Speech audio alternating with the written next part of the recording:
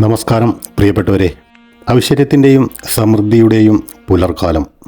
ഗ്രാമത്തിലെ ഓരോ വീട്ടിലും കണിക്കൊന്നകൾ പൂത്തു നിൽക്കുന്ന ഈ വിഷുദിനം ഞങ്ങൾക്കും ഏറെ പ്രിയപ്പെട്ടതാണ്. വീടിൻ്റെ അകത്തളത്തിൽ എൻ്റെ പ്രിയതമ ഒരുക്കിവെച്ച ആ വിഷുക്കണി കണ്ടുകൊണ്ടാണ് ഈ വർഷത്തെ ഞങ്ങളുടെ വിഷു ആഘോഷങ്ങൾ തുടങ്ങുന്നത്. നിലവിളക്കിൻ്റെ വെളിച്ചത്തിൽ മഞ്ഞപ്പട്ടുടുത്ത കൃഷ്ണവിഗ്രഹത്തിന് മുന്നിൽ ആ കണി കണ്ടപ്പോൾ മനസ്സിൽ നിറഞ്ഞത് വല്ലാത്തൊരു സന്തോഷമായിരുന്നു. വിഷുക്കണി കണ്ടുകഴിഞ്ഞാൽ പിന്നെ ഗ്രാമത്തിലെ ഐതിഹ്യങ്ങൾ ഉറങ്ങുന്ന മണ്ണിലൂടെ ഒരു യാത്രയാണ്. നാട്ടിൻപുറത്തെ പ്രസിദ്ധമായ 3 ക്ഷേത്രങ്ങൾ സന്ദർശിക്കാതെ ഞങ്ങളുടെ വിഷു പൂർണ്ണമാകാറില്ല. ഞങ്ങൾ ആദ്യം എത്തിയത് മേലേക്കാവ് ഭഗവതി ക്ഷേത്രത്തിലാണ്. പ്രകൃതി കനിഞ്ഞനുഗ്രഹിച്ച ഒരു കാവിനുള്ളിലാണ് ഈ ക്ഷേത്രം സ്ഥിതി ചെയ്യുന്നത്. ചുറ്റും ഇടതൂർന്നു നിൽക്കുന്ന മരങ്ങളും കാടിൻ്റെ ശാന്തതയും ആ പ്രദേശം മുഴുവൻ ഒരു പ്രത്യേക ചൈതന്യം നിറയ്ക്കുന്നു. മേലേക്കാവിലെ പച്ചപ്പിന് നടുവിലുള്ള ഈ പവിത്രമായ അന്തരീക്ഷത്തിൽ ഭഗവതിയെ തൊഴുതു വണങ്ങാനായി ദൂരദേശങ്ങളിൽ നിന്ന് പോലും ഭക്തർ എത്താറുണ്ട്.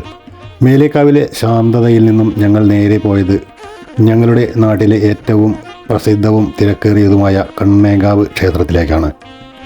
വിഷു ആയതുകൊണ്ട് തന്നെ വലിയൊരു ഭക്തജനത്തിരക്കായിരുന്നു അവിടെ അനുഭവപ്പെട്ടത്.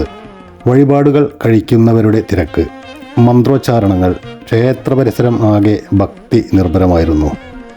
കണ്ണേങ്കാവിലമ്മയ്ക്ക് മഞ്ഞപ്പട്ട് ചാർത്തിയും നാളികേരം ഉടച്ചും നെയ്വിളക്കുകൾ തെളിച്ചും ഭക്തർ തങ്ങളുടെ പ്രിയപ്പെട്ട വഴിപാടുകൾ സമർപ്പിക്കുന്നു.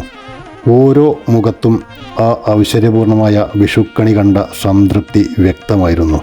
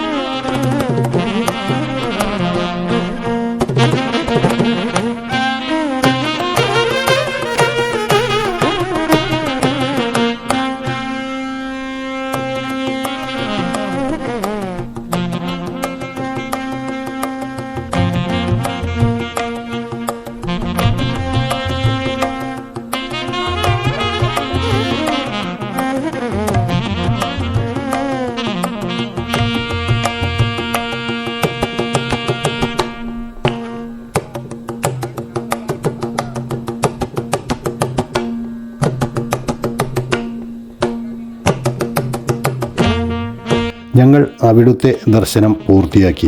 ക്ഷേത്ര ദർശനങ്ങളുടെ അവസാന ഘട്ടമായി ഞങ്ങൾ എത്തിയത് ഞങ്ങളുടെ വീടിന് തൊട്ടടുത്തുള്ള ശ്രീ സുബ്രഹ്മണ്യസ്വാമി ക്ഷേത്രത്തിലേക്കാണ്.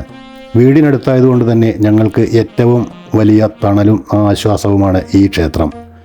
കുട്ടിക്കാലം തൊട്ടേയുള്ള ഒരുപാട് ഓർമ്മകൾ ഉറങ്ങുന്ന ഈ മണ്ണിൽ വിഷുദിനത്തിൽ വന്നെത്തുമ്പോൾ ലഭിക്കുന്ന ഒരു പോസിറ്റീവ് എനർജി അത് വാക്കുകൾക്കും അപ്പുറമാണ്. ഗ്രാമത്തിൻ്റെ ശാന്തതയിൽ കുടികൊള്ളുന്ന സുബ്രഹ്മണ്യസ്വാമിയുടെ ചൈതന്യത്തിന് മുന്നിൽ കൈകൂപ്പി നിൽക്കുമ്പോൾ മനസ്സിന് ലഭിക്കുന്ന നിർവൃതി വളരെ വലുതാണ്.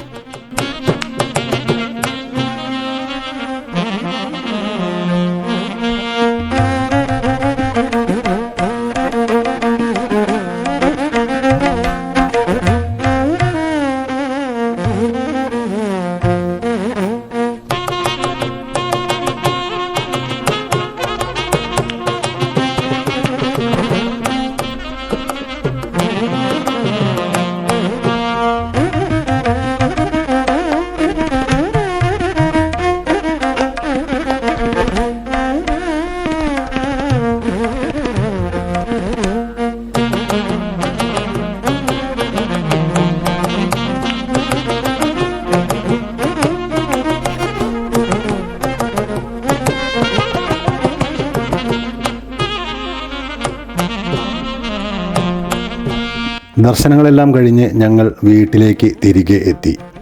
വിശപ്പിൻ്റെ വിളി വന്നപ്പോഴേക്കും പ്രിയതമ ഉണ്ടാക്കിയ നല്ല ചൂട് ദോശയും സാമ്പാറും ചട്നിയും റെഡിയായിരുന്നു.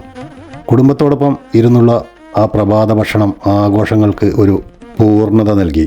ഇനി വരാനിരിക്കുന്നത് വിഭവ സമൃദ്ധമായ ഉച്ചയൂണാണ്.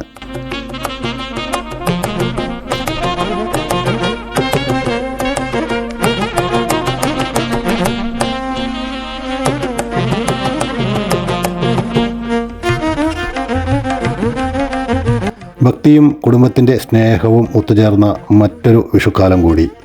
ലോകം എമ്പാടുമുള്ള മലയാളി സഹോദരങ്ങൾക്ക് ഞങ്ങളുടെ ഹൃദയം നിറഞ്ഞ വിഷു ആശംസകൾ.